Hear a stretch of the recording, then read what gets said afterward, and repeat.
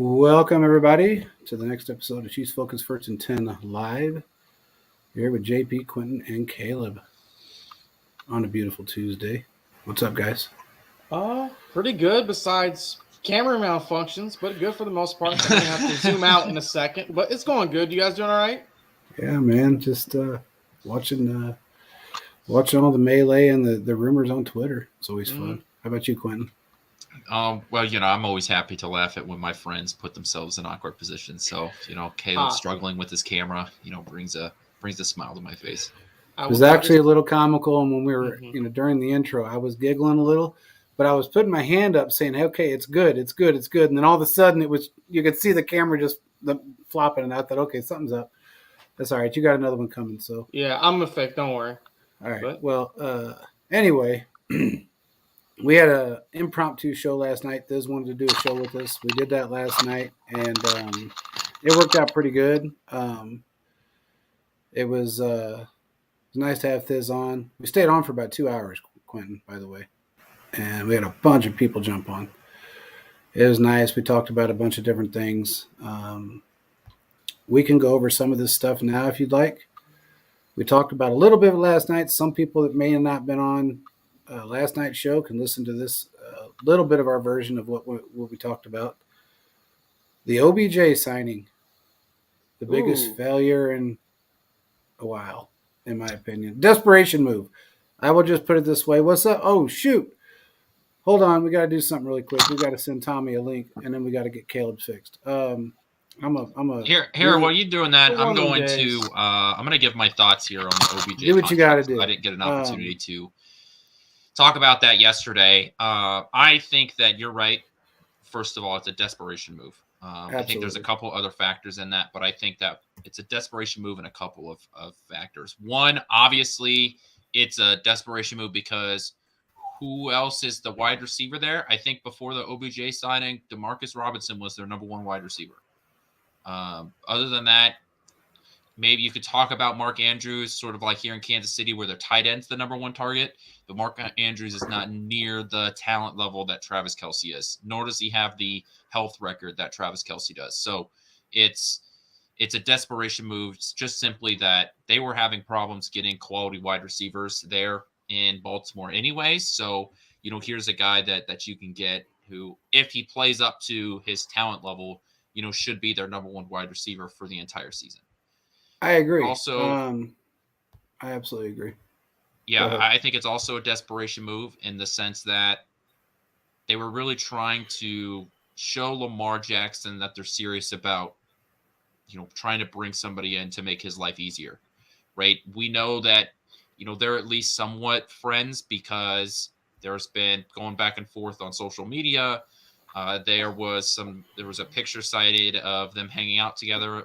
So after they were signed, so we know that there's at least some sort of relationship there. And Lamar Jackson did, talk him up on social media, on Twitter weeks ago at this point, trying to sort of recruit him to come to Baltimore. So we know that there's at least some sort of a professional relationship there between Odell and Lamar Jackson.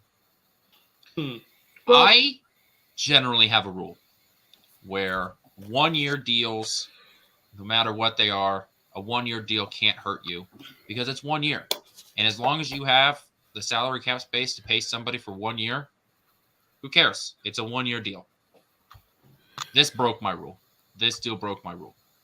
Here's the thing, real quick.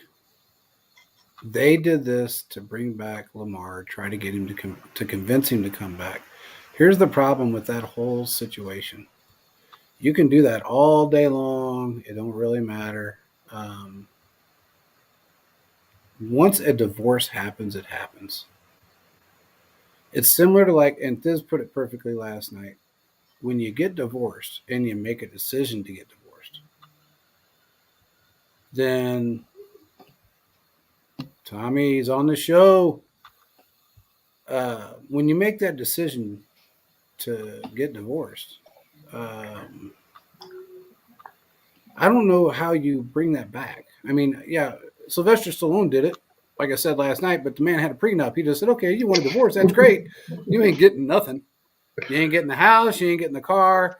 I'll give you about $5,000 a month to live on for a little bit. maybe throw you a small house somewhere, condo somewhere in the middle of Hollywood, you're good to go. But there's no prenup between Lamar and the Ravens. Here's the issue, and it's too little, too late.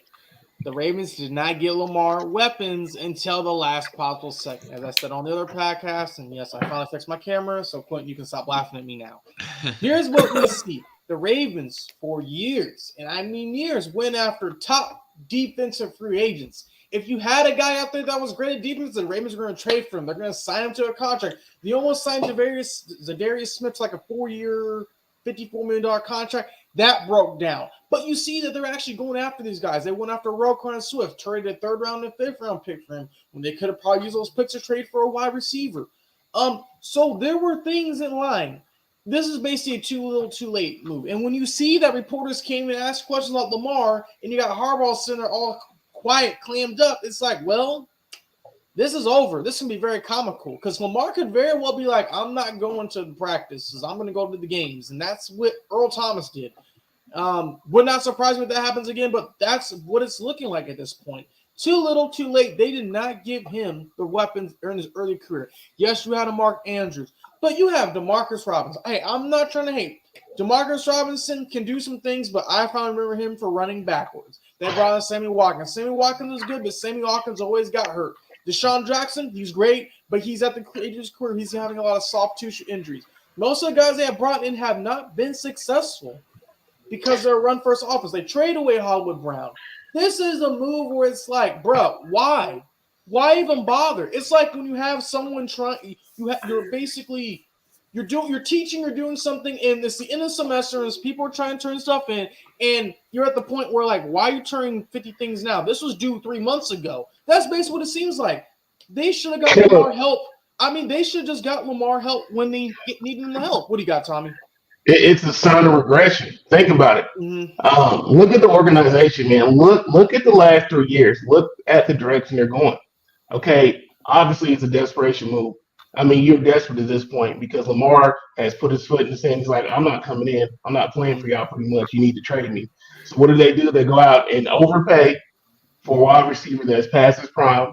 Not saying he's not a good football player because he is. I mean, if you're in the NFL and you're a starter, you're a good football player. Oh, yeah. Right? So no doubt about that. The other thing, too, that we need to realize is that I'm not 100% sure if Lamar Jackson's even going to play this year. I've said this in one of our group chats earlier this week, man. I really feel like Lamar Jackson has everything to gain and nothing to lose. And what I mean by that, okay, if he sits out a year, he automatically is open in free agency to any team in the NFL that wants him. Somebody's going to give him that contract. I think he's a better quarterback than Deshaun Watson. I love Deshaun Watson. I just think that they're two different quarterbacks to say. I think Deshaun is more of an established passer. He can run as well. But I think the way that Lamar is trending with his passing over the last 3 years, he's going to be on that same plateau as him, but he's a way better runner. And I think that's what makes him more dangerous. Another thing, too, to look at is that if they do not get Lamar Jackson in-house, what are they going to do, man? They have no answer because Tom Henry is not your answer, man. He's not going to get you anywhere. That guy that you didn't want to pay that contract is 90% of your offense. If you don't have him, your shit is and there was no, it's literally, they were like, we're not going to pay you, but then there's no backup plan. If I'm Lamar, fine, I'm going to leave. And and I don't know, you guys may or may not agree with me, this may happen. If they do trade him, then it's probably going to be a package deal with Odell. That's why I thought. Corey, no, don't worry about Corey. I got something for him in a minute. What we see is that's the main problem. They did not give him any people to help. You can't just come at the last minute and try to get everything fixed. When you make decisions, and I tell people all the time, the decisions you make will affect you, rather positive and or negative. And Ravens are at a point where they're struggling. And it just frustrates me that people are like, they'd rather give Josh Allen the money than Lamar Jackson the money because you could see different situations, different segments, but it's just frustrating to see overall. What else? That morale for the shot too, man. That morale for that team. Mm-hmm. You don't get that guy back in there, you might as well clean house. And I'm serious because that team was built around Lamar Jackson. It's not built around another quarterback. Everything that they do is Lamar first.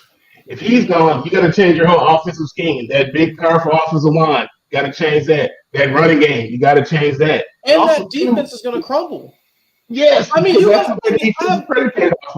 I have nothing against Marcus Williams, but did you need to really sign him to a 3-year, I don't know, was a $40+ million contract. We can talk about that too.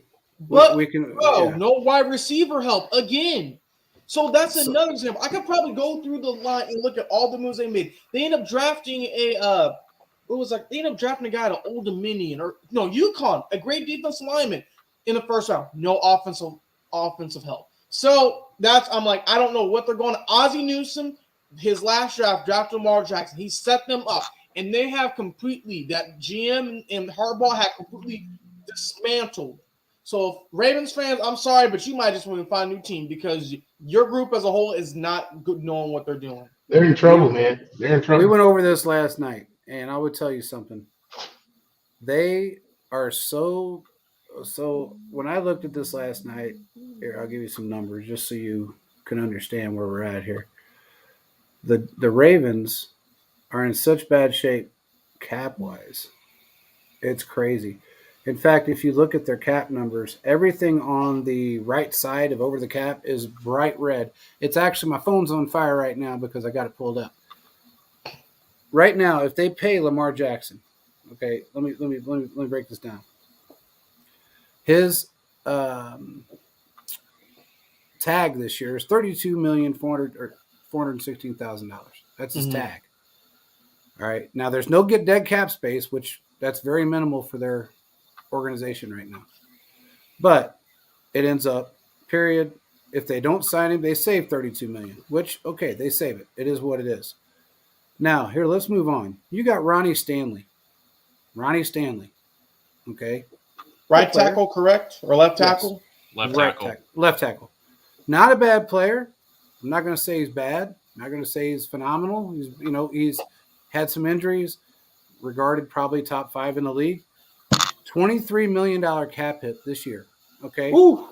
If they cut him, his dead cap space is $36 million. Now, right, that leaves him a negative $16 million. Right off the bat. Negative $16 million. We move down the line, you go to Mark Andrews. This is kind of, absolutely. Let me go to Marlon Humphrey. His cap hit this year is $19.9 million. Might as well say $20 million because $19.993. His dead cap hit is $36 million. Mm-hmm. So there you add another $16 million to the deficit. If you went down this list, Mark Andrews, $19 million. I'm sorry. His is actually one of the better ones. This is a weird one. This is what's kind of comical. He's owed $13 million for this season. His dead cap space is $25.2. So if they were to cut him today, that adds another $11 million in cap space, or dead cap space, to the negative, I should say. Now, Roquan Smith, who they just traded for, 3rd and 5th round pick. Now listen to this. This is where they're at right now. So God forbid this guy gets injured. Now, I don't know what's in their contract. He's owed $9 million for this year. Okay, $9 million. His dead cap space is $45 million. $45 million. They did just sign him to a new contract. I understand, but this is the new contract. That's why he's getting paid $9 million this year. So at $45 million, if God forbid something happens, if he just says, you know what, gets in a fight with a coach, punches somebody in the head, whatever the case may be, don't know what's in his contract. I'm not saying, that's a big thing, but it's a $36 million cap hit. So if you look at their real numbers, and this is what we did last night, total cap liabilities right now is $227 million for this season. Now, that does include Lamar if they pay him the $32 million for the franchise tag. Top 51 players. Now, this is the top 51 players. The cap hit, their cap, I guess, liability is $209 million of those dollars. $209 million. Their team cap space right now is $3,068,000. And they got to go to the draft. And they haven't signed Lamar. Again, this could have been avoided if they would have paid him 2 years ago. They would have had Well, here's money what's moved weird. around. Everybody talks about the offensive money. Their offensive cap liability is $128 million. $128 million. Their defensive cap liability is 79.8, which is weird. Then their special teams is 8.192. So they're going to have to look, man, when you go to the draft, unless you have no aspirations of bringing anyone in prior to the 5th round, you need about $8 to $10 million. They're going to cut some people. Just to sign those people on, just to bring those players on that you want to bring on. That's the average number you need for a cap. They're screwed. They're double screwed right now. Now, I did talk to an agent. You guys know who he is. Well, I know Caleb does. A good friend, Tamba. Talked to an agent yesterday. I said, what the Sam hell was that? And he goes, I know what you're talking about. I said, seriously, what the hell was this dude thinking? And he goes, desperation, bro. And I said, I understand, but $15 million for a guy that I said, I don't mind Odell. I think he did a great job in the pro days, but that's not being hit. That's not being on a field. I said, $15 million. He didn't reset the market for wide receivers right now. He goes, oh, hell no. He said, that's straight desperation. Straight desperation to try to get Lamar to re-sign. I said, so what happens if Lamar doesn't re-sign? He said, they're going to go with their backup because they don't have a choice. It's going to be a clown show, man. I'm telling you, clown show. Because you already know if Lamar doesn't come in, Odell Beckham didn't sign up for losing this year. He signed with a team that he thought was going to put him in contention, at least get to the playoffs in the AFC, right? Yep. That's not going to happen. So then that's going to go sideways really quick. The other thing is, man, if they are that far upside down on the cap, they're going to have to start cutting people. You can only do so much restructuring. You're going to have to cut some people. And here's the real kicker about it is that if you do that, then how do you field a competitive team? I don't think you do. This is why it is so important for them to sign Lamar Jackson to a long-term deal, because you can help out some of your cap flexibility there. But the problem is that if Lamar Jackson truly wants all of that straight guaranteed money, then you aren't allowing that flexibility.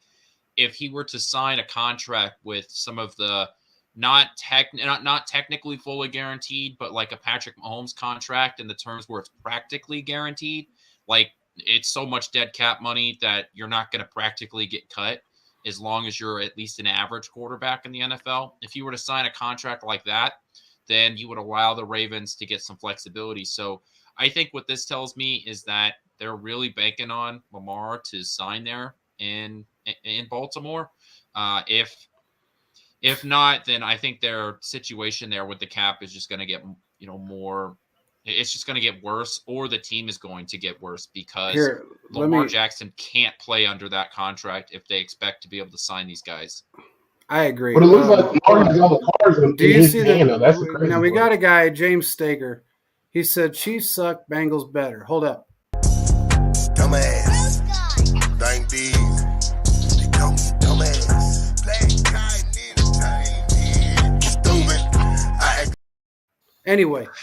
I was going to say 2 Super Bowl rings, but that works. Yeah. Next thing. So, next man up.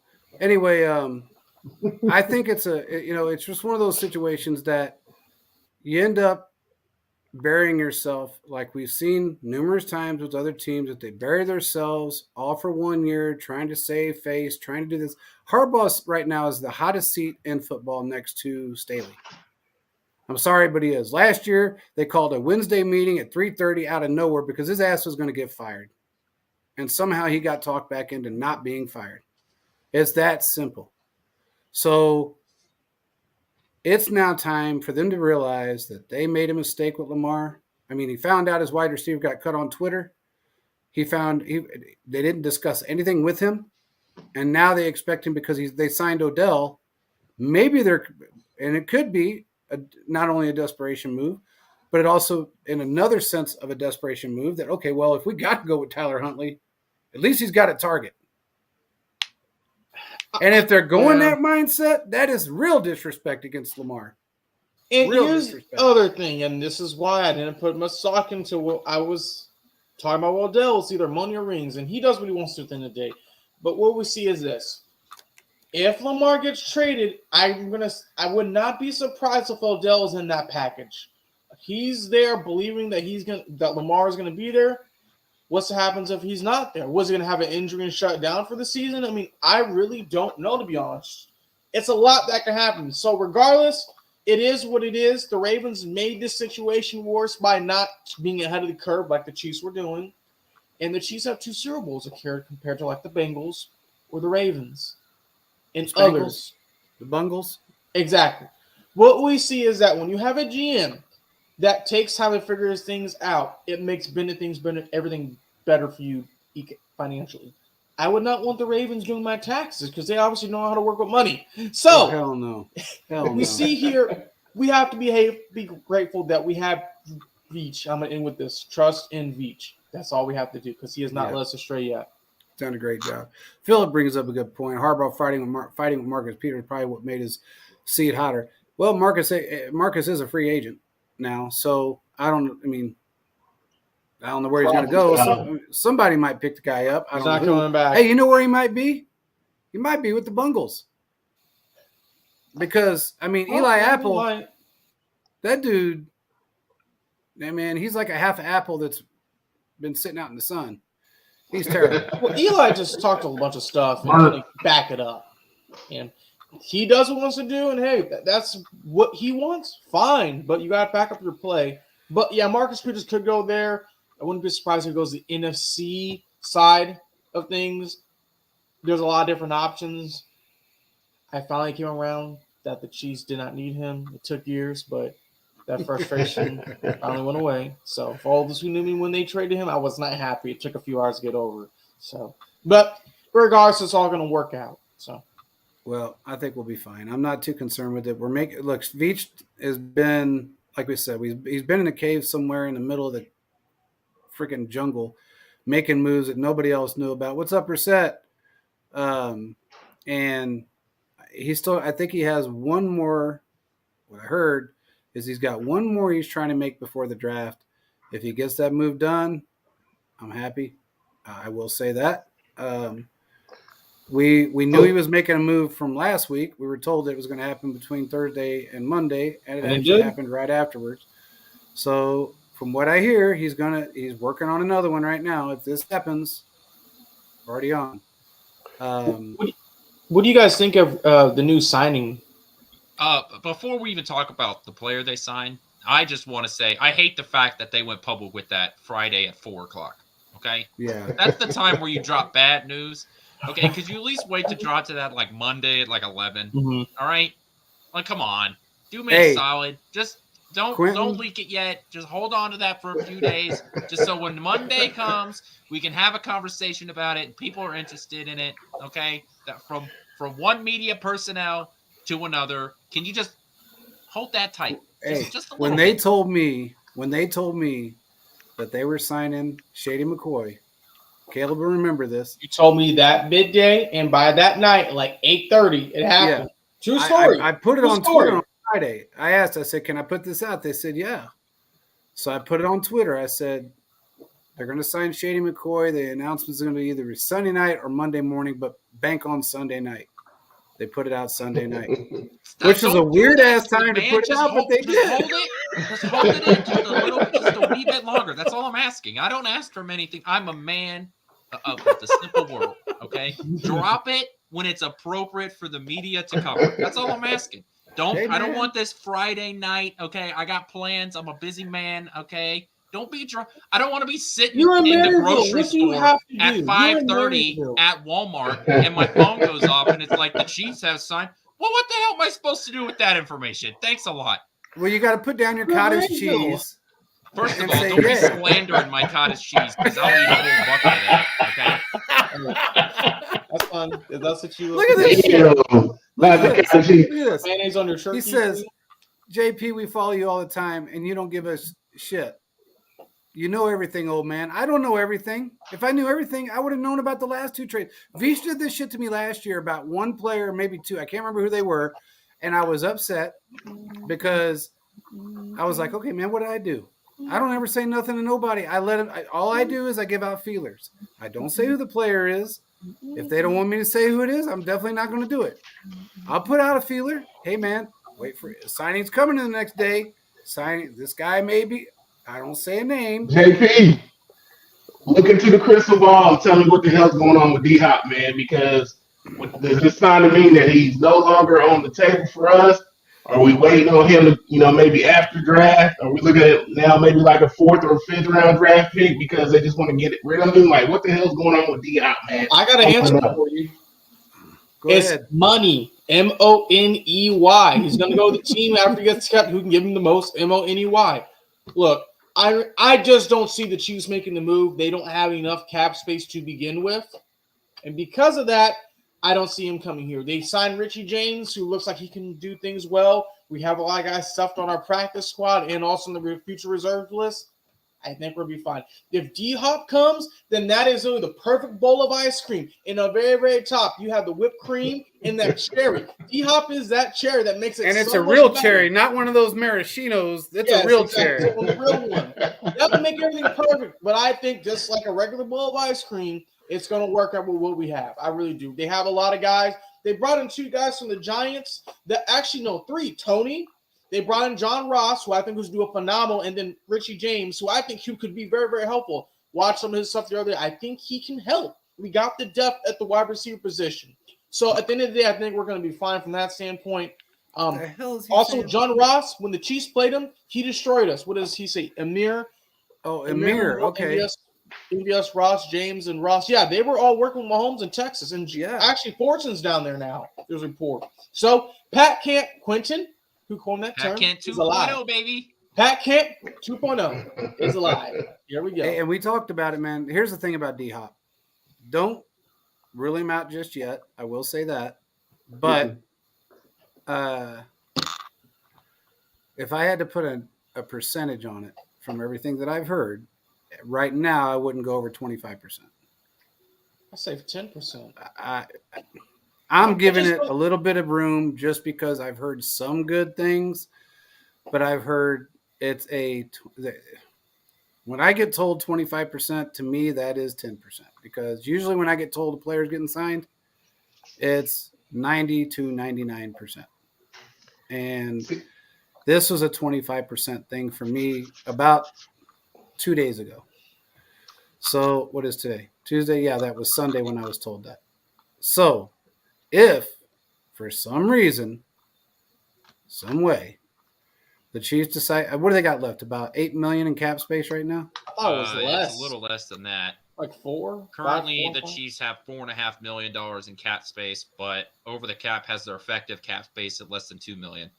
Well, over the cap's usually wrong. So if it says, I mean, to that extent, extent, over the cap is usually wrong. Well, what I mean is, okay, so say if they say that the Chiefs have $4.5 million, add $2 million to it. It's every year, it never changes. We always have a reserve amount. Every team has it, except for teams that are negative. The teams that are negative don't have a reserve amount. But the Chiefs, year in, year out, have always had at least a $2 million reserve that's not counted in the cap. And they also you got to take into consider bonus structure contracts that can be converted, and that money will roll into the cap. So they can there are still ways that you can create cap space. Correct. We know that the salary cap is fluid, and there are ways to manipulate the numbers. But if the Chiefs weren't going to do anything, then they have $4.5 million in cap space right now. We know that they can move around a couple of contracts. The biggest one that they can move around is the guards contract, Tooney. He's one of those guys. His contract is pretty big. They can work with his contract if they wanted to. I don't know if they end up doing that, just because I feel like they draft a guard. And this is one of my takes, is I think that they end up drafting a guard in the 5th round, and Tooney is done after this year, and that's just it. They move on from him if they trust the next guard that they have, because they're going to have to sign. They're going to have to sign Creed Humphrey to an extension. I mean, you have one of the best at that position. I don't see how you can just move on from him.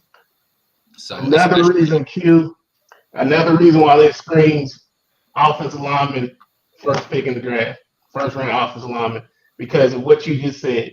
Not only do you got to protect Mahomes for sure now, because you're not going to get him a D-Hop, and you have these other receivers that have to work their way into the system, but you also have to get ready for the next wave of contracts on the O line and replacing Joe Tooney. I think you have to do that because I think if you one thing that the Chiefs understand from the Super Bowl loss is that they cannot afford to have Patrick Mahomes unprotected at any time because that is their best number one asset of all things is to keep him safe, keep him covered. So guess what? Where are you going to put your money at? You got to do something with Tooney because he's the highest paid guard in the league. Is that what he is right now still? I don't know if he's the highest paid, but he's not, damn he's close. towards the top. Yeah, he's damn close he's because top I three. can't think of another guard. A guard in the left guard is one of the least valuable positions among the offensive line. It's just the way that it is. It's one of the Don't say that when Willie's on the show. Guards, the screen guards are one of the most least valuable positions on the offensive line. That's just the way that it's set up, right? You can help a guard by sending a center that way. Obviously, having one of the best guards in the NFL is valuable. It's a valuable asset for your offensive line because when you're grading an offensive line, you're grading it as a collective and not individual pieces. So if you have a good or above average guard, then you're good. That's what you want. But the fact is that, you can't afford to pay Tooney when you've got Creed Humphrey coming up. I know one of the things that they can do, and I think this is the way they end up creating most of their salary cap space, is by extending Chris Jones, which we know is going to take place after the draft. We know that, there are some defensive linemen that are getting signed right now. Personally, I don't think that really has anything to do with – I don't think it affects the Chris Jones contract because I think Chris Jones is going to be the second paid right behind Aaron Donald. I wouldn't be surprised if Chris Jones gets a 4-year, $100 million deal. I just think that that's the way that it is. When you've had another, career year on what's essentially your contract year, because we've had this discussion, there's no way Chris Jones goes into the 2023 season with a damn near $30 million cap hit, right? That's not happening. So extending Chris Jones is a way to create salary cap space, and you don't have to sign your draft picks as soon as they get drafted, right? There's a little bit of leeway. There's a little bit of give. So if you can figure out how much money exactly you need, well, then you can work that out in the Chris Jones contract, and I think that's how they create salary cap space. Mm-hmm. Now, let me ask you this. We know Veach is big about offensive line depth. Why wouldn't, if it was me, if I can extend Tooney, and especially at the level he's playing at right now, if I can extend him out, because he's good. What is he? How old is Tooney now? Is he almost 30? 20, in his 30s? 29, 30? I can't remember. Regardless. 31. Okay, so you extend Tooney out, say, on a 3-4 year deal. Okay, you got your out in your third year. You extend him out, and you're also you're extending out Chris Jones. You know how much money you're putting in that cap right now? Between the two players alone, you're going to add about $24-25 million to the cap. Ooh, I like that. So why wouldn't you do that? Have the depth on the offensive line with the guys you're going to draft, and still have the cap space if you want to go out and sign another wide receiver or another, corner. We don't have very many holes to fill. And also remember, we do have a trade piece. We actually have a couple, but one for sure in Clyde. Now, I know we're not going to get more than probably a 5th round pick for him. That's going to be probably I was about to say, the best that they would do. But couldn't they probably have traded him in the deal with the Lions to get Jeff Okudah, or was that just too much money? it was just too much. It was too much guaranteed money. Is more of the problem with that. It was the guaranteed end of it that would have. Now they can go into the draft, which I have a feeling. I will say this, I probably shouldn't, but I have a feeling Veach is going to go into the draft with Clyde in a trade package during the draft. That wouldn't surprise me. Anybody's tradable. Yeah, and Clyde is not going to be here next year. We all know that. Well, you're talking about offensive line depth, and the big kid from BYU, the one that stood out and he hurt himself. Wasn't he originally a guard that we moved to tackle? Tooney? No, the kid from BYU, I think he's from BYU, the one that hurt his knee. PWT? No, he's Is he talking about from BYU. talking about Niang or what? No, No, Yeah, Niang was, yeah. he was from TCU. Oh, I'm sorry, Yeah, TCU. Yeah. Yeah, Niang's from Yeah. TCU. Now, was he always a tackle, or was he originally a guard? They said, "Hey, he's not measurable where he could play tackle." He played guard and tackle, so he has played both positions. So besides durability, which is definitely an issue, why couldn't we sub him in with his size to replace Tony? Wouldn't that save you money in the long run? And then you still extend Chris Jones, and then you open up that much more space. You I do, think- but then you got dead cap space too that you got to worry about with Hmm. Tooney. Where you don't, if you extend him, you don't have to worry about that dead cap space right now Okay. because there's I more also dead cap think- space now. So That I also think that Niang is their right tackle solution. That he I think that's their goal right now.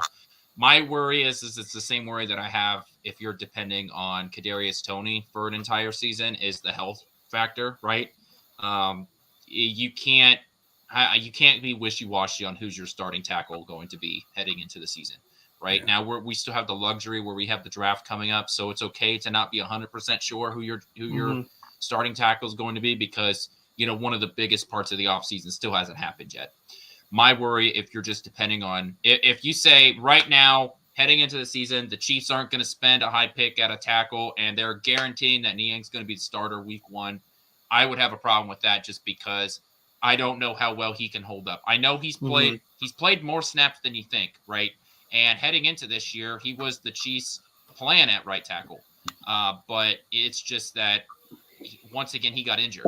And then we know how Andy Reid is, right? Once he has his offensive line set up for the season, even if it's to the detriment of the team, he stays consistent with who he has at that position because he values the consistency among the offensive line.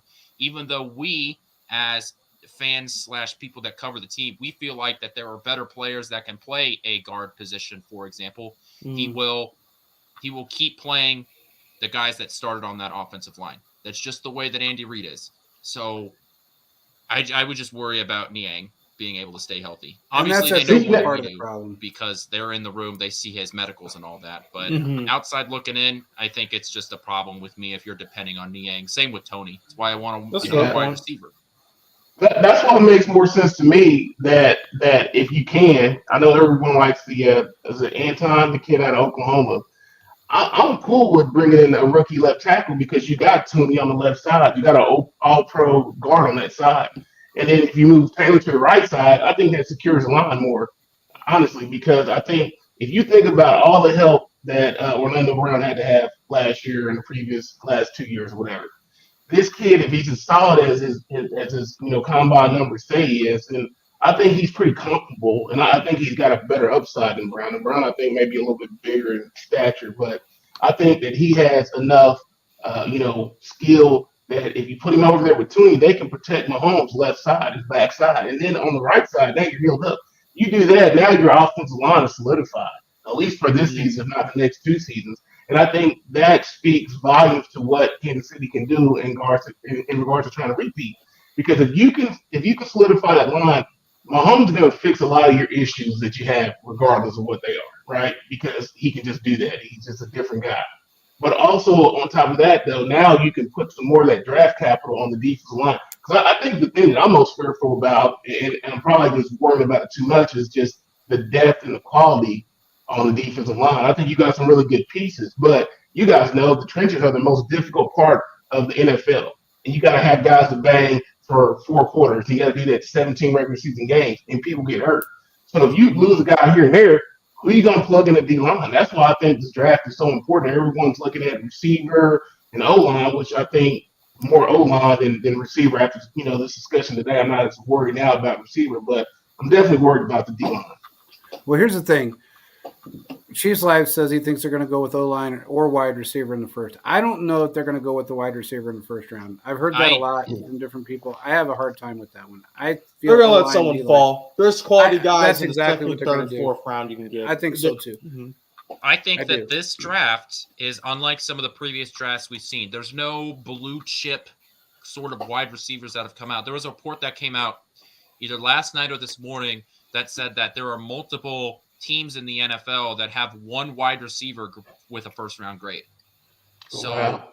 we're not, and we see Quentin Johnson has continued to slide on like mock drafts, and people's opinions of a guy like Quentin Johnson has slid as we've continued to move on through the draft process. So I just don't think that Kansas City ends up picking a wide receiver in the first round, because I do believe that Kansas City's got to be one of those teams that if you only have one guy with a first round grade, ain't no way in hell you're going to get him, because one of these other teams that's more desperate for a wide receiver in front of you, which is literally every other team in the NFL, The is Cowboys going to be able to snag him. Plus, we've seen that up to this point, Brett Veach has drafted plenty of wide receivers in the second round. And I think that's where your value is. Later second into the third round, because there's a ton of guys that are very similar. I swear you just copied and pasted guys all around these different colleges because they're all 5'11", and they've run similar route trees all throughout college. So you're right. If you're going to get a wide receiver, I think you could get one in the second, and even into the third round, you're going to get the same guy. I do genuinely believe that. Brissett said the Chiefs have to start trading their first-round pick for proven players since we don't have draft higher than 29. Well, they can trade a lot. They could buy another second or first-round pick if they wanted to, if there was somebody in the first round that they actually wanted to grab. Everybody's all concerned about this, but remember, man, I don't care what their name is. If they don't fit within our system, they ain't going to do us a bit of damn good. And why spend the money in the first round on somebody that's going to sit? We've made that mistake before, a.k.a. Clyde. We cannot have another situation like Clyde. We need to find guys that will fit within the system and actually be able to produce some day one starters. We've had day one starters in the seventh round. We got 2-3 on the team right now. So why would we want to drop a first round pick or buy up to the first round unless it's guys that are proven or that the Veach and Andy know that are going to fit within the system and fit well and be able to step in and control the narrative? I think right now I'm really hoping for DeJuan Jones because I think he could be a day one starter, and the guy's a tank. Gigantor is the word. Yeah, he's huge, man. I mean, he's like a transformer. He's just a monster. Here's another thing too. Like, I think let's look at Veach's track record too. So you go back to last year, how he did McDuffie. I'm telling you, if Jones is there and we get to around 18 to 22 on the picks, he's gonna go get him. I don't think he's gonna get out. I can see that happening. Yeah. Oh, big time. Yeah. But don't be surprised. I will tell you this. I'm telling you, just keep it in the back of your mind. Don't be surprised that DeJuan Jones does not slip to the second round. Early second round. Don't be surprised if that doesn't happen. I'm just saying. You don't think he's picking up at 31 though? If he fell that far, or would he? If we could get him at 31, if he fell that far, we would dive on him. But I'm just saying, if for some reason, if he's past 27, 28, 28, I think is who's 28? Who's picking at 28? I'm not for sure. Is it the 49ers? The 49ers. I think it is. At the pick, so that would be the Saints. Is that who's picking there? Yeah, and then where's Cincinnati? 30. They're 30. We're 31, right? No, the Eagles are at 30. Then where are the Cincinnati? 29. No, maybe. San Francisco. It was San Francisco's pick, so the Saints are picking at 29. Cincinnati's at 28. Okay, so the Bengals choose at 28. I'm telling you, they're going to try and go after him. I have no doubt in my mind. Don't think for a second that Veach hasn't talked to 19 other GMs already and said, hey, we want that damn player. We'll give you what you want to a degree, but don't let Cincinnati get him because you know why? Joe Burrow's an arrogant little bastard, and we don't like him. And I guarantee you that's what's floating around right now. And don't be surprised if Veach doesn't just do the hoppity-hop like he did over the Bills last year. And you saw the look on everybody in the war room with the Bills. One guy, I think he pooped himself. I don't care what anybody says. I think he had to go clean himself up. He needs the dude wipes because that dude was mad. Is it the McDuffie trade? The McDuffie trade is that? Yes. Yeah. Yes. Yeah. Man, they wanted McDuffie so bad. And when we hopped them, the look on their face, I wish I could have been in that room because I would have went, I that's would the crazy just thing Hard to about run the out draft, and try though. to block her. oh You know what What's I'm saying? up? That's the craziest thing about the draft, though, man. It's like that dude is a legit first round cornerback, and he fell that far because other teams just had other needs that they felt were more pertinent at the time. So it kind of just speaks to what may happen. I mean, I think because a lot of people I was watching ESPN this morning, they were talking about how, it might be the first time ever that 4 quarterbacks will be selected. I don't think that's going to happen. I think you'll probably I get keep 2. hearing that too, and I don't know how true that is. I mean, I think you'll get 2 in the first 4 or 5 selections, and you might get 4 in the first 31 picks, maybe, but I don't think it'll be that much. But I'm thinking that whatever Veach has got planned, he's already coordinating with other teams, and Oh, there's yeah. already packages in place, and that's why I don't think they're going to sit. The only way that I think they sit to at 31 to make no moves is what you just said. If their player that they want is coming down the pipeline, and they see no other team, any other reason for them to select that player. Yeah, Mhm. they're going to do everything they can to do the hop. And I'm telling you, especially with the fact that OBJ went to Cincinnati, I'm telling you right now, they want to hop Cincinnati.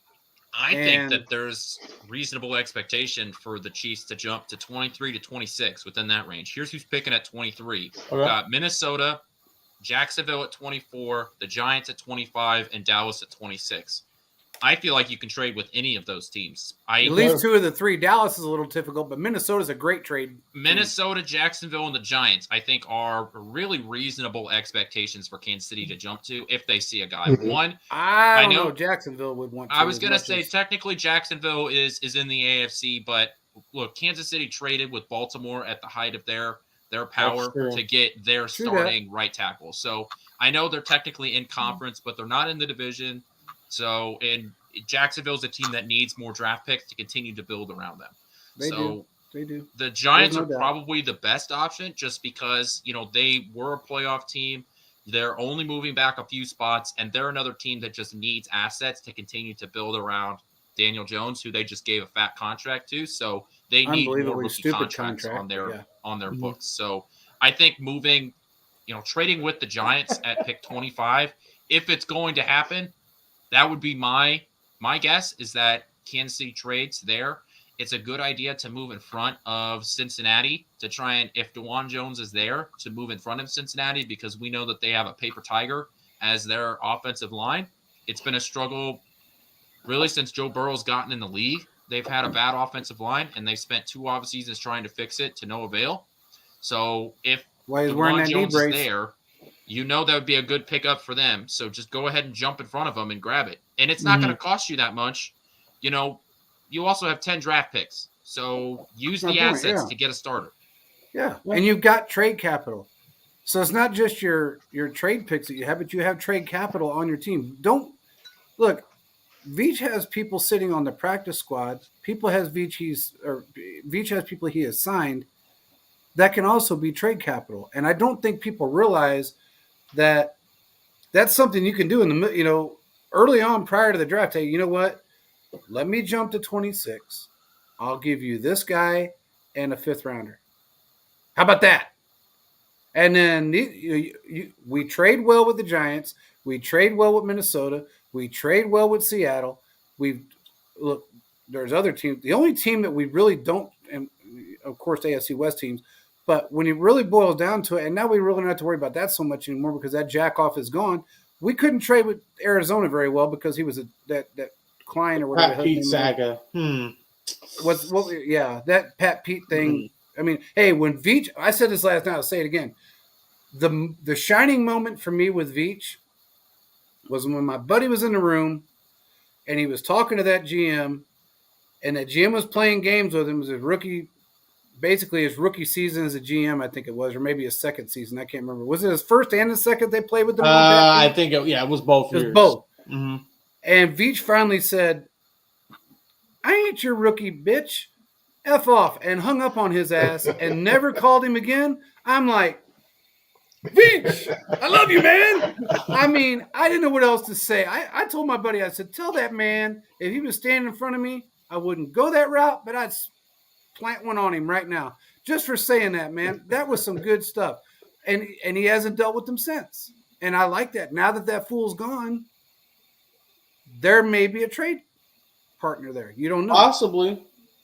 So we trade with a lot of good people. We don't mess around when it comes to that. We have good relationships. Veach has good relationships with teams. He just doesn't have good relationships with the AFC contenders, the Bills, the Bengals, The Bills and Bengals won't trade, but if they won't trade. Ravens, and the Raiders, will will never trade with us. But definitely not. they'll take our players, but they ain't gonna trade for our players. They'll take the guys who are no more. So yeah. So anytime your Hall of Fame running back retires as a Chief, it's bad blood there. yeah, exactly. Philip said, "Not gonna lie, Caleb got me sold on Zach Carbonet from UCLA. I see a guy that can be instant 1,000-yard scrimmage player in our system year one. Probably. I know be. someone better. Who? I don't know if I should say. All right, wait then. I can if you want to, but you heard it here first. Do you want me to say Spit it out. Spit it out. All right, Zach Evans from Ole Miss. Oh yeah. You guys know what I'm talking about. Yeah. You don't like Mingo better than Evans? He's TCU, then went to Ole Miss. Just flew under the radar. That is a guy. You heard it here first before someone says, "Oh, I came with the idea." You heard it here first from me. And Philip and I talked about this last night. Zach Evans is a guy that could be in the late third, early fourth, maybe drop to the beginning of the fifth round. A running back that is reliable. I think Zach Charbonnet can help too. But if he's not there, that's someone else you can get as well. Reminds me of Rojo, not as bigger, but faster, can catch out back foot and is strong. If you can get a guy like that in your team, in your running back room, help bolster. If you're not going to bring back McKinnon, because I think Reset had a question about McKinnon, that's someone you get. Work out of backfield. He's a traditional running back, but can also be used as a scat back. And I think he can be really, really helpful there. So did you guys hear about this guy from Ole Miss, the Chiefs mind draft, Zach Evans? It's crazy. Yeah, I heard about him. I know he's pretty good. Somebody told me about him last week, and I was thinking, I don't know who. I don't remember. You, Quentin. Right. I think you got the right team, Caleb. Wrong position group. I like that kid Mingo, man. That kid Mingo, his body reminds me.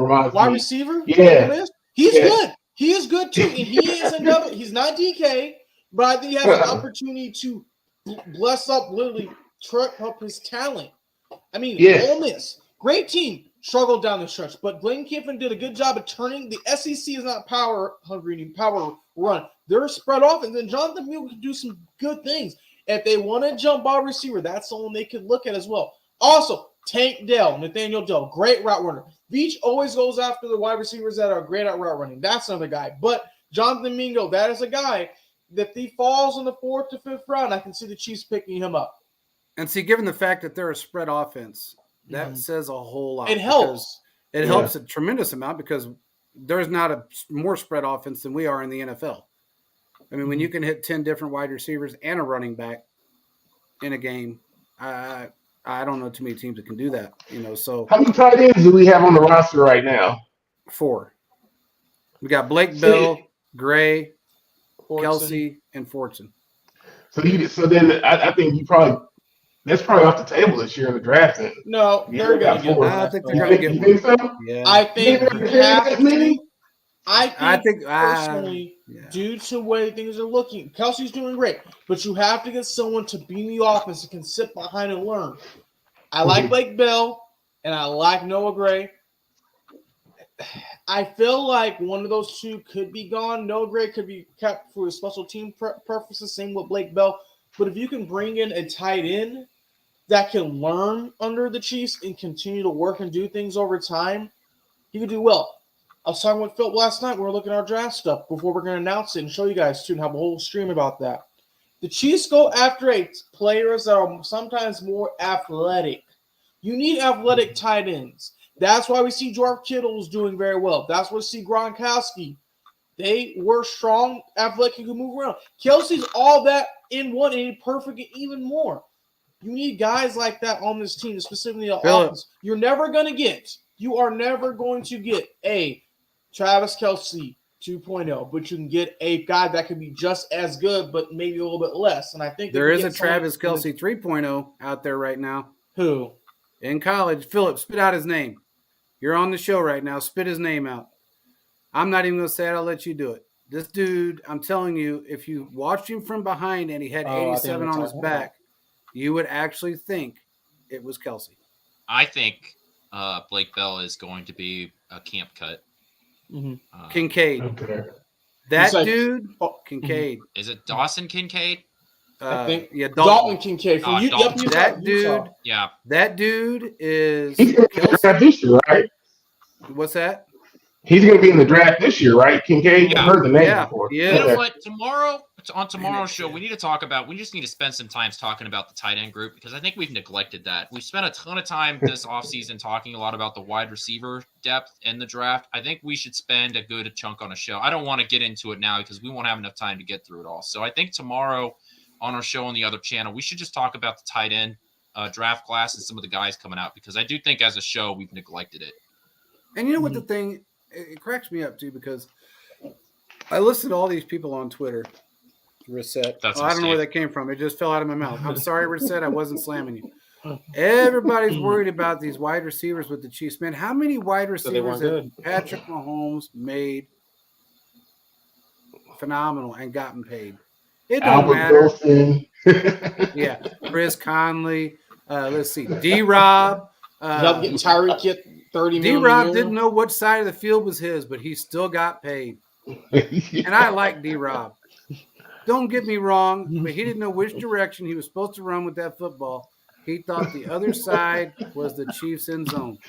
But here's the thing. Those memories are hurting my brain now. But you know what, though? The one thing about D-Rob is that when you least expected it, the man made some stupid-ass acrobatic catches that nobody would have expected him to make. I remember specifically one he made in the end zone. Against the Ravens. Remember that? Oh, my. Against the Ravens. It was against the Ravens, and I remember everybody was slamming him on Twitter because I think Caleb, you were one of them. He went backwards. Right. He went backwards on one of the plays in that game and lost a yard. Well, he didn't lose a yard, but he didn't get the first down. He gained about, I think, 8, and he needed 9. Caleb texted me. He ran backwards all in caps. I still got the text. He did. And then the next play, bro, it was like a 49-yard bomb down the field. And I don't know how he kept his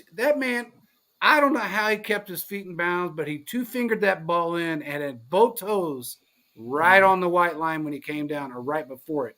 It was a beautiful acrobatic catch and never hit the ground. His body never hit the ground. Mm-hmm. He just I got to give him his props where they're due. Now, does he know which side of the field he should run towards? Sometimes not. I think he's dyslexic. I don't know what the problem might be with that end of it. Well, there's a thing. He had some good moments. He would catch the most outstanding catches. Like you said against the Ravens, he had that one-handed catch. We're also see this happen. He would drop the most easy catches. And I think he was trying to elevate his game to be the quote-unquote Legion of Zoom. He did not need to be the Legion of Zoom. He did not need to do that. Who else did that their last year and a half with the Chiefs? Sammy Watkins? Tyreek Hill. Tyreek Hill had balls hit him in the numbers and he dropped it. And they ended up for pick 6. There's a difference between Tyreek Hill and Demarcus Robinson, though. There is. Respect. And Tyreek Hill was at least getting us a touchdown every other game. And yeah, he did have his problems. I think the Chiefs sold on him when they needed to at the very right time. They did. But Demarcus, he's done some things I just felt like, and I've said this 100 times beforehand, I believe they stunted the growth of some of the receivers in the room. He should not have taken snaps from like a McCole Hardman or from these other guys. I just felt like you shouldn't be paying them 1 year, $4 million, 1 year, $2.5 million. We can find someone probably just as good and or not better. That's what Quentin Johnson keeps flipping down boards, man. His hands are not soft. And he's a big dude, but his hands aren't soft. And I think that's going to be not saying that he cannot correct that, because if you go back and look at Tony Gonzalez, man, he had a litany of drops his rookie season. That's why this guy is sliding down the draft pick, because when you look at him and you see his size and speed, you're like, oh, yeah, prototypical number 1 wide receiver NFL. But if you go back and you watch the film on some of his, not even contested, but some of his contested catches as well, or attempts, it hits him right in the hands, man. And I'm talking about the ball just drops straight to the ground. And that's one thing that I've noticed, especially about with Mahomes, man. When guys drop passes, he kind of looks at them and is like, that might be the last one you might get for the next 2 or 3 games, because he depends on you to be able to, snag it out the air when the time comes. Because NFL is just like, they're talking about Sky Moore. Hey, Sky Moore, if he gets more opportunities, he's going to produce. I think he's got great hands. I think he's going to be a really good player. And I think once you see him, and I think once you see him get more into the groove of playing football and catching passes, he's going to get his confidence up and he's going to excel because he's really all about what he does after he catches the ball. The guy is a nightmare trying to tackle him open the field. I watched him in college and I was like, yeah, I like this guy. But I think if you look at the NFL draft right now, you have a lot of guys that are 5'10", 5'11" that can catch the ball and break tackles, but you really don't have that prototypical guy that's 6'3", 6'4", 4'3" that can just break out. I think next year you'll have that. I think Marvin Harrison Jr. is going to be a good kid. I think if he's anything like his daddy, he's going to be a real good kid. Oh yes. So, Oh yeah, there's no doubt. And it's crazy. You look at some of these players. It was, hey, there's something about sports. What's up, bro? How you doing, man? I didn't know you were on the show. He's so excited about you too, Scott. Yeah. You weren't the only one, bro. Last year we did a space during the draft, and Mark Ganells was on there. And I think you remember this, Caleb. Mm-hmm. Mark Ganells was on that spaces. We had probably 400 or 500 people on there. And man, me and Ganells both were like, "Come on, man! I know you're going to grab Sky Moore. I know this number. I know this is your number." And when he grabbed him, man, we were so excited. We were happy because I know that kid's got talent, and he's going to be something else this year. He already proved himself last year that he could progress and improve, and he did. He improved. He got better and better. Got better in the punt return game, the kick return game, whatever you want to call it. He got better. And he helped us win a playoff game and helped us in the Super Bowl. So we don't have the problem that everybody else has when it comes to a wide receiver room. We don't need all the DKs and all the big name people. That's why Veach doesn't go after him, because Mahomes makes people better. That's what he's done his whole career. I wouldn't say average, but above average talent and get them to the next level. Absolutely. I mean, that's what Brady did. As simple as our offense was, that's what Brady did. He did. And then, of course, Brady was like, I don't know, Brady was Brady. He lived off his defenses. But when I watch Mahomes be able to take a guy like Albert Wilson, great example, and 1 year with him, and the next thing you know, he gets this fat ass contract, and then he goes right below average again, and you don't hear his name much for the rest of the period. I don't even know who he plays for now. He was with the Dolphins, but I'm pretty sure he's retired. Is he retired now? I think he is, or he's pretty close. He got that big contract. Was like, peace. Peace out. So, I mean, Chris Conley. Chris Conley wasn't the most talented wide receiver. He made some phenomenal catches with Mahomes, but he wasn't the most talented prior to that. And Mahomes got him paid. And then you didn't hear it. He went back to almost an average or below average wide receiver. Now, I know he's still in the league, but he wasn't the best after he left Kansas City. Mm-hmm. He made we remember that specific catch. I think it was 2000. Was it the 18 season when Mahomes was scrambling to the right and fired that ball to the end zone, and Conley just stepped up and caught it out of the right corner? And it was a phenomenal catch. 18 season. Mm-hmm. I mean, it was a beautiful catch. Something like that. Yeah. So Mahomes he knows how to make people better. So we don't have to worry about signing all these big name players. Everybody's worried about it. I'm not. I don't care about the wide receiver. I want to make sure Mahomes are protected and we got a good defense. Yes. That's what I care about, because Mahomes is going to do the rest. Offensive line, first round, go offensive line. Hey, what do you guys think about MVS, man? He's for me, he produced more than what I thought he would this year. He really did. I did not think he was going to show, especially in the playoffs, like he did. But I've heard some chatter on Twitter. People's like, I think he can be, saying a 700 to 800, yard receiving guy. But I don't know if that's true. Not that he couldn't be, but his role does not suggest that in this offense. What do you guys think about that? 650, 700. I agree. Yeah. And he was brought in to do exactly what he did. It's not like we brought him in to be this 1,000-yard receiver. He came in to be a decoy and a deep threat. And that's exactly what he was. He was a decoy and a deep threat. and he got better and better as the season went on. He became more acclimated with the Mahomes. Mhm. And I think this year he's going to step up. Right now, Kadarius Toney is considered the quote unquote number one wide receiver coming up in this season. I think he's going to handle it very well. He's going to be one of the go-to guys. Huh? He's not a cap camp, so that's a little concerning to me. He He's got not- all off season. He's not there for what it seems like. So I don't know. One thing I will say about MBS is that I noticed during the year, and he started to do this more. It's when he first started playing with the Chiefs, he would catch nothing with his hands, and he still doesn't do a great job, but he's progressing to catching the ball with his hands now more instead of letting it get to his pads. And that's one thing that you'll hear a lot of analysts talk about is that his catch radius is a lot smaller than what it should be because he has the inability sometimes to reach out and grab the ball.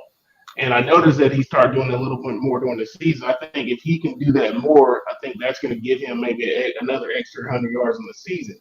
And so if you do that and get a little bit more production out of him, get a little bit more production out of Scott, get a little bit more production out of Tony, and like you guys are saying, that the wide receiver portion is going to be taken care of. It's not going to be a problem at all. Mm-hmm. That's a good point. Okay, I'm going to give a shout out real quick. I just got this. My son-in-law, Jason Lyons, he's an MMA fighter. In and out of MMA. Decided to come back, get back into the sport, and he won his tournament last night quickly. 3 rounds. He took him out and won about a half of one round. And the dude was twice his size. Nice. So shout out to Jason. I'm proud of you, bro. Keep it up. Just don't damage your brain because you're married to my daughter. I'm gonna leave it at that. You know where I come from. You know where I come from with that shit. We've had this conversation. I don't care if you can fight. You can't outrun other things. Anyway, I got lots of weapons. Anyway, proud of it, man. So anyway, moving on. I had to spit that out. My wife just sent that to me. I'm proud. What did he say? He said, let me see what he said. He said, I was just about to type that JP was a perfect in his roll down the stretch. He was absolutely perfect in his roll down the stretch. MVS, I think he's just going to, he came in to do what he was supposed to do, what they brought him in to do. He played his role. He did a good job. I'm not worried about the wide receivers. I'm really not. We've got very few holes to fill, and some of it's depth, some of it's not. Some of it's just a couple, you got 2-3 holes you got to fill that are real true holes. Mm-hmm. And the rest of it, I'm not worried about. I see us going back to the Super Bowl and winning again this year. And in fact, after all this wide receiver trading shit that's going on and people leaving and blah, blah, blah, blah, blah, we're still ranked the team to go back-to-back and win the Super Bowl. It can happen. Hey, did you say we have 10 draft picks right now? As Yeah, currently we got stand? 10. We had So we 11. have- We lost one with that damn Fenton. So so that means we're gonna trade up somewhere. We're gonna make trades because there's no way that you can't bring many people in the camp. I mean, I guess you could if you're planning on cutting people, but I don't really see him bringing a lot of people in just to cut them. You know what You I'm saying? need to bring about 90 bodies into camp. Mm-hmm. Yeah, you got to have 90 in to camp, and you got to, you have to have 90. But what we bring in? We drafted 7 out of the 11 that we had last year. Or did we draft 10 out of the 11? What did we do last year? Do you remember, we Caleb? drafted. Because I know we had 7 active players that were rookies. I think in we the had Super about Bowl. 7 or 8 guys that were active at one point. Yeah, I think And the during- only guy who wasn't active was the cornerback. I forgot his name. He was a special teams player. He didn't do much. He was in like rounds. Our very last pick, round 7. It wasn't Pacheco. It was the guy after Pacheco.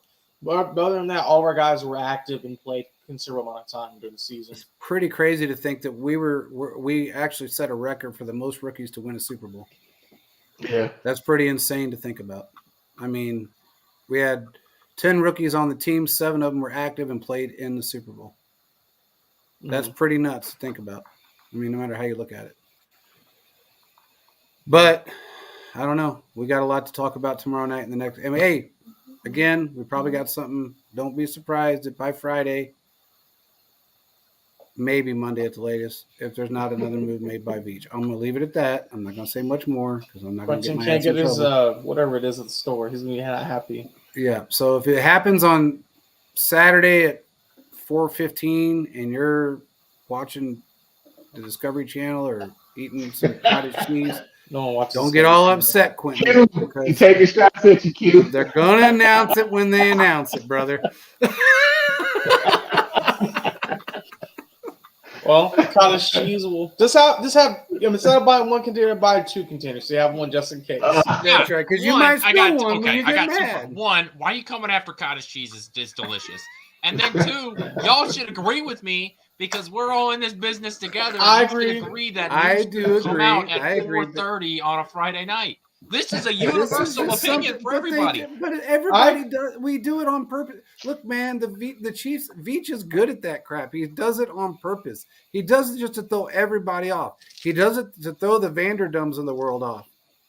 That's why he did. I tell you, that's exactly why he did what he did with Shady. That's why I was able to announce it because he didn't want that fool to. So we're all good. Well, we We're all see a good. lot of No, people no, are not I'm on the against happy it. list. Hold that. Just do it during the weekday. 4:30 on a Friday is where you drop bad news. If you get a notification from your favorite team on some news coming out at 4:30 on a Friday, it's not a good thing. Just ask the teams in Washington. Okay, it's not good news. We're Their not the phones same be going team. off every week. Well, They ain't sold that club yet. Look, there are not a ton of things that I'm like 100% on in life, right? I'm willing to listen to other people's arguments or discussions on a lot of things. So what makes this show so good? You're welcome. This is one I'm not willing to bust on. Okay, this is one of them where I'm like, you got to hold that in. If you're making a signing, just wait till Monday. It's not that hard. But what if he changes his mind for you and then we lose and we don't? Well, get you into the can Super have Bowl? him sign the piece of paper. Just don't announce You it. know he's gonna say something. You can't just, Just sign tell him people. not to. You know, get a well, Quinn. That's not gonna work when you're paying someone that money. Just those saying. players, look, man, They're not it's going no to. different. You know what? When was it Pelissero? I can't remember if it was Pelissero or if it was it was Pelissero. He set somebody who did we sign last year that did not want it announced. We were going to tell it, and then they said not to. And then Pelissero popped it off on Twitter. Who the hell was it? No, I don't Caleb? think it was Paul. It was someone else. I can't remember, but it was. It wasn't Palmer. No, it wasn't even the national. It was someone local. It was a national dude that did Are it. you sure? Yeah, it was a national dude. Who was Man, the it guy pissed who that. signed? Was it I'm trying to figure out the player. I can't remember Man, he was because pissed. I remember you telling this player wanted to do their own. Oh, it was Rojo. It was Rojo. When It we was signed Rojo and what's his face announced it, we were going to say something, but they said no, so we didn't. He wanted to do it on his own, and that fool went out and said Chiefs just signed Ronald Jones. I think it was a group of people that did that, but Yeah, regardless, Then Rojo. he got on the bad side of some people. Well, regardless, Rojo, he worked out. It is what it is. And what we're going to see now is that we're on a point where things are just going to happen. And hopefully we have no more 4:30s. Quentin, I hope for you we have at 11 a.m. on a Friday or Saturday, 1 p.m. I think that should work. You eat cottage cheese. I'll be able to eat my pizza, all those different things. How did cottage cheese become the theme of tonight's show? Why You are like we cottage talking cheese? about And my wife cottage was eating cheese? some earlier. Man. My wife eats cottage cheese with some strange shit. Sometimes it scares me. I think she's pregnant. She eats some weird shit, and it's always got cottage cheese involved in it. And she was eating it earlier, and it's got stuck in my head. I don't know. Well, Phillips at cottage cheese Arrowhead is Live. delicious. Let me tell you, this was an after effect. The guy that announced it first, and they took it. But regardless, it pissed. As People a were not local group, happy. they were not happy with Arrowhead. He was not happy with Arrowhead Live for repeating what the national guy said. But the national guy, which I think was Pelissero, I'm almost positive it was because It might have been. I don't remember. I just remember them telling me that Rojo and his agent were sideways with them. It was an NFL Network guy. I will say that. Well, and I will say this, like you told me, they get information and they run with it. Sometimes the information is good, sometimes the information is just bad, but that's unfortunately what we see. They're in He the was business- on the. They're in he was the, the thing is that they're in the business to report. So yeah, I understand it made the agent mad, but That's Rocha ultimately how was they make their mad. money. He wanted to Yeah, announce I it. understand, but that's ultimately how they make their money at the end of the day. So I don't know. Well, you want to pull that kind of crap when somebody tells you don't say it. The fastest I way to get on understand. Beach's bad side is to do something like that. That's why the national media don't have the local media don't have they don't get information because they do Can't things trust them. they can't trust them. And when you can't trust them, it's you got certain groups in Chiefs Kingdom that the Chiefs absolutely hate. Been mentioned already on this show. And that's okay. Let them hate all you want. I don't care. We ain't that. We're not that group. We're not going to do something stupid just to get a click.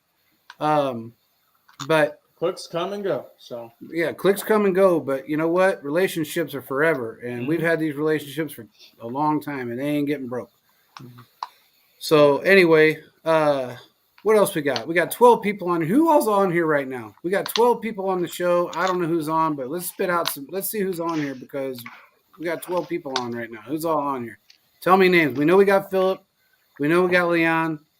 We got who else? Will, I think, is on here. Will I Am. I call him Will I Am. Chiefs Live. Reset. Scott. Scott's on here. Mm-hmm. Where's Scott? At the bottom. I see him. Scott? He's at the verb. Scroll all the way down. Oh, Scott. There you are. Okay, you didn't see you. Scott's on here. Two people just fell off. It's weird how that works.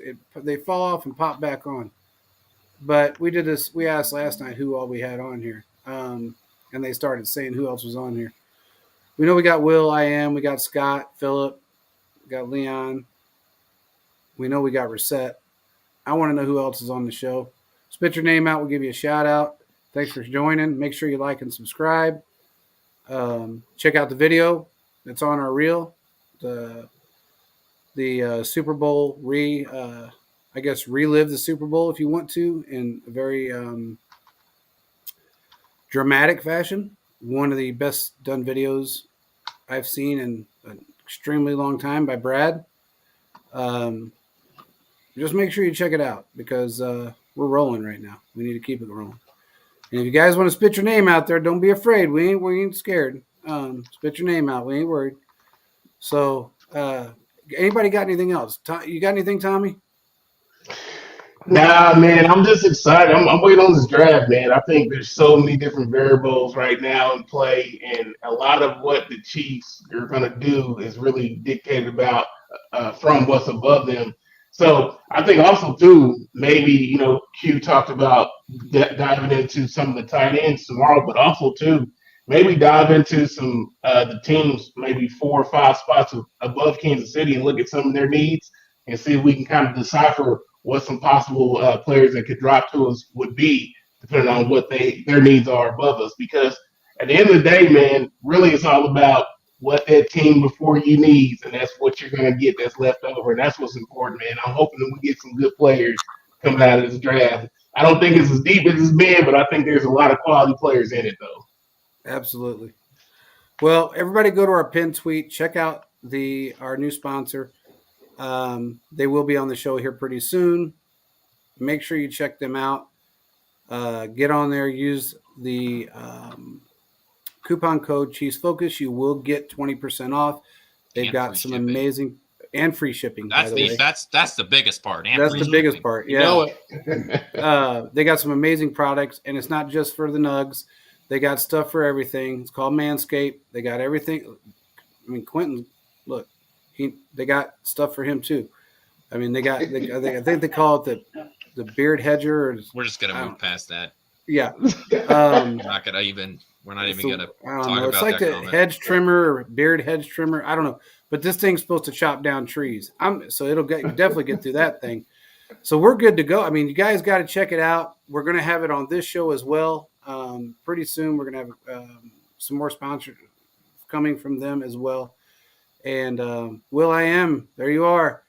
And make sure you like and subscribe. That's all we want. Just like and subscribe and follow us on any podcast platform. All these shows are actually going on our podcast platform as well. So if you can't catch them, you can always catch them on the podcast platform. With that being said. And if you want Royals content. Absolutely. Follow me on Twitter. It's just my Follow name. Quentin. Yes. He is doing every day. He's putting out Royals content because, hey, we're a sports outlet. That's what we do. So Quentin is doing a phenomenal job of putting out Royals content every day, game analysis, things of that nature. If you're a Royals fan, check us out because we're one of the only people that are actually doing it. They don't have a beat It's writer. actually sad how few people actually cover the Royals full time.